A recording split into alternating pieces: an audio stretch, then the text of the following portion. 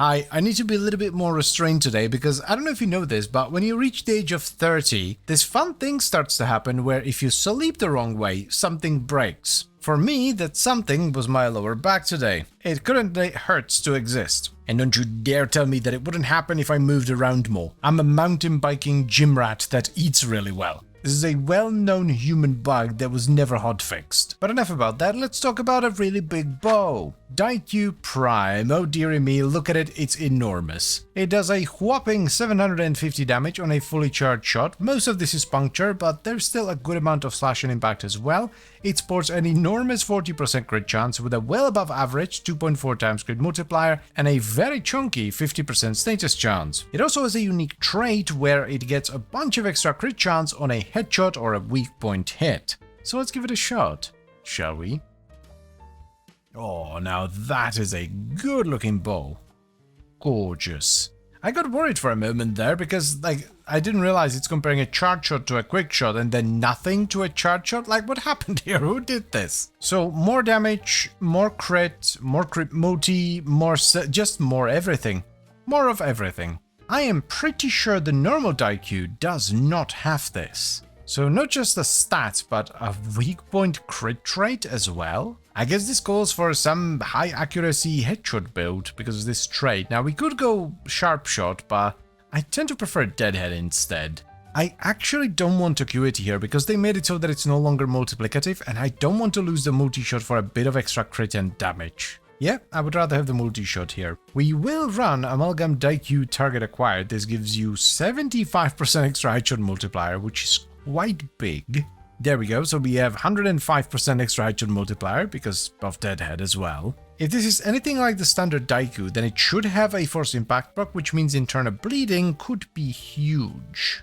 Let's not forget about Vital Sense for some crit damage. Let's give it a field test, mainly to test the fire rate. Damage is excellent, which is not a big surprise honestly, because even the standard Daikyu was a damage machine, but it desperately needs some fire rate. We're gonna start off with speed trigger first, because I'm not quite sure how much fire rate we can put on.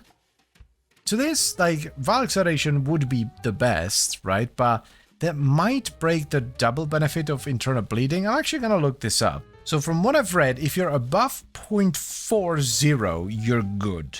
Let's see if that's true or not. Seems to be correct. Fantastic.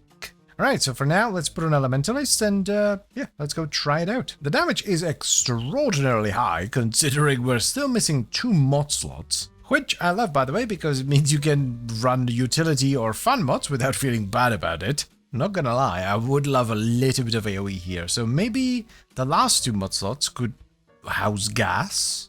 Maybe? Maybe. Oh god, I'm being ragdolled like an absolute chump. I really am in no mood to be clowned by acolytes, sir. Sir? Thank you. Oh, I need to lie down for a moment. Bear with me. Alright, lie down for a little bit, had a lovely nap, let's keep going. I hate being that guy, but what can I do? I'm finished. Eventually, I do want to get gas in here, but for now, we're gonna try it with high voltage. See how we're feeling. Are you... what?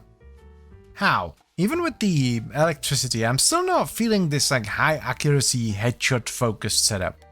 I have a different idea. All this accuracy nonsense out to make room for the start of the show, split flights. I think split flights with gas is going to be hilariously dumb. Top it off with a quick D and galvanized aptitude. Merciless for some easy damage. We need to squeeze in crit somewhere, unfortunately, and I think internal bleeding is the least important mod in this setup. Then we can put in critical delay. Val acceleration should balance it out.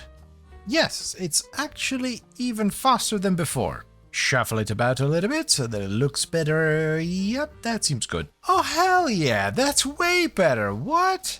Look at this. Absolute shreddage.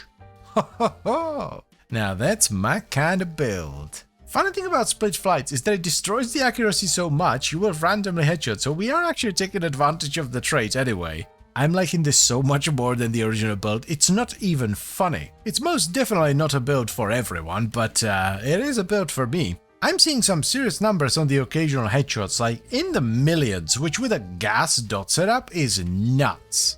This is my flavor of meta build, extracting the maximum amount of fun from a weapon. By the way, how many of you know that meta stands for, what is it, most effective tactic available? Something like that. It is an acronym. I didn't know that for the longest time. You know, as silly as this build might be, because the Daikyu Prime is quite clearly a highly accurate bow that's meant for headshots, I think the stats fit this kind of a setup really well. Works much better for the Acolyte as well, I think. For me anyway, if you're sharpshooting a legend, then it's probably not the way to go.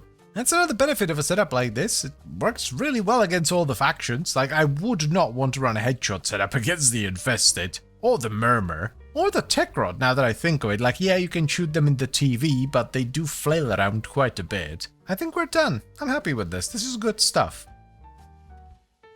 So here's what we ended up with on the Daikyu Prime. We have split flights for mad multi-shot at the cost of accuracy, malignant force and thermite rounds for gas and status, critical delay and vital sense for crit, galvanized aptitude for status chance and condition overload, rifle elementalist for a bit of extra punch through as well as status damage, and we top it off with Vile Acceleration for a ton of fire rate. For the arcane, we simply run Primary Merciless for some easy to stack damage and a bit of reload speed, which on a bow affects the speed at which you draw arrows from your quiver. And if you really like the Daikyu Prime and you don't mind investing into the Exiles, some rank of Vigilante supplies is going to be really nice, not necessarily for the ammo mutation, but mainly for the set bonus. If you really want to juice it up though, I would recommend Arcane Avenger on your frame. This will allow you to pretty easily hit red crits on headshots. And finally, we of course have a priming pet. I personally run a Hound, Good Boy Harold, that primes Code, Phyto, Puncture, Impact, Heat, Radiation and Magnetic. This not only provides the benefit of all those status effects, but also a track ton of damage through Condition Overload. I never really understood why people liked the Daikyu until very recently, when I finally gave it a proper shot and I was like, oh, this is actually a really fun bow. And the primed version of the Daikyu is better in every way, shape and form. It's bigger, does more damage, and it's even more fun.